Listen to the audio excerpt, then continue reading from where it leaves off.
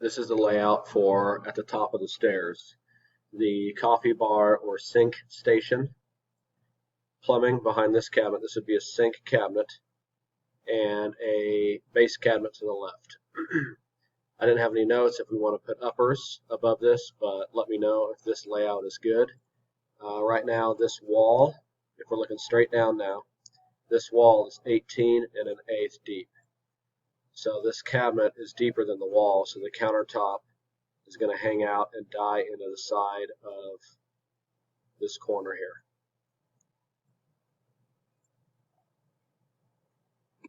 Okay. Pantry. If we're looking straight down, I'm going to hide these walls so I can see it in the 3D view a little bit better. Pantry. Open shelving. This is not painted. This is a white material for durability, because if we paint it and it's being used as a pantry with metal cans sliding in and out, the laminate material is going to be much tougher. Open shelving is what I had in notes, and then these are 3 tiers of walnut floating shelves. Looking at it in the elevation view, this is the main wall when you walk in, and I should make those the same width. So this is 9 inches deep. It comes out 9 inches, 1 3/4 thick, and it's 56 inches from the floor. From the bottom to the floor is 56. 15 1/4 inches up, second one, and our third one. Now the third one, from the bottom to the floor, is 90 inches tall. It's pretty high, but that's what we've got here. We have the little jog in the wall here, but they will have to cut around that. But that's our layout for these floating shelves.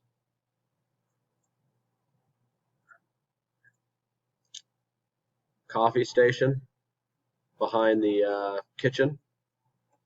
Again, interesting layout with the wall here with this little return. The Miele coffee maker, if we're looking straight on, elevation view, this is the size of the panel it needs to be.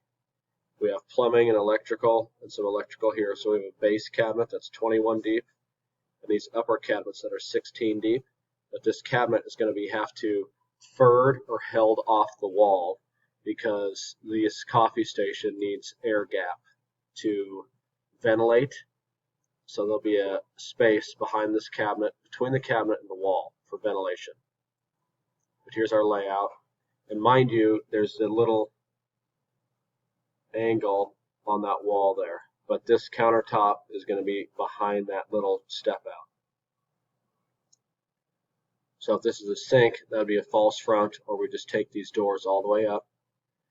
There's not a drain there, so I don't know if you guys, I don't think there's a drain here, which this may not be a sink cabinet. And lots of shelving above for coffee cups. Next one is the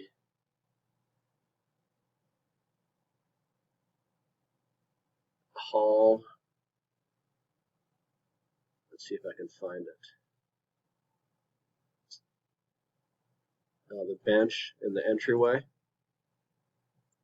Walnut bench. Front door is over here. Wood top. Walnut slab doors right here. Pretty straightforward. Oh, here it is, the corner cabinet.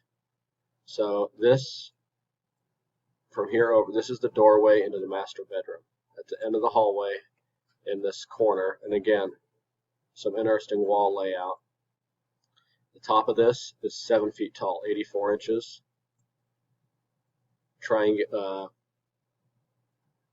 This is the way this cabinet's shaped.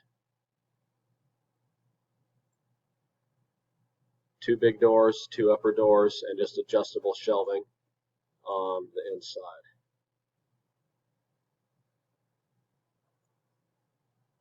If we want, we can add more. I'm assuming this is a linen cabinet.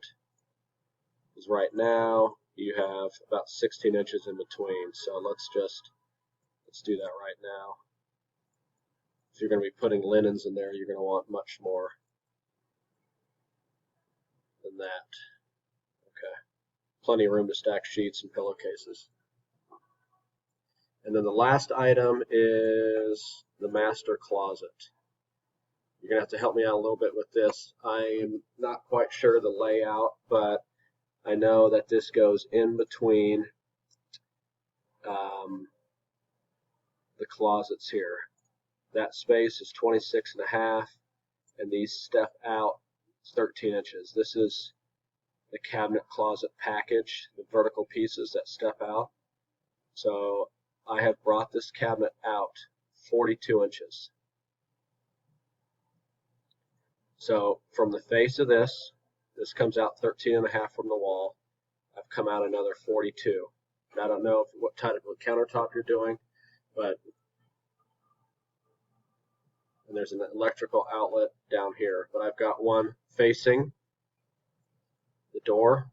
Here's the door as you walk in, and then one the other way, maybe a his and hers type layout for this. Anyway, let me know what you think of this, and I can adjust if necessary.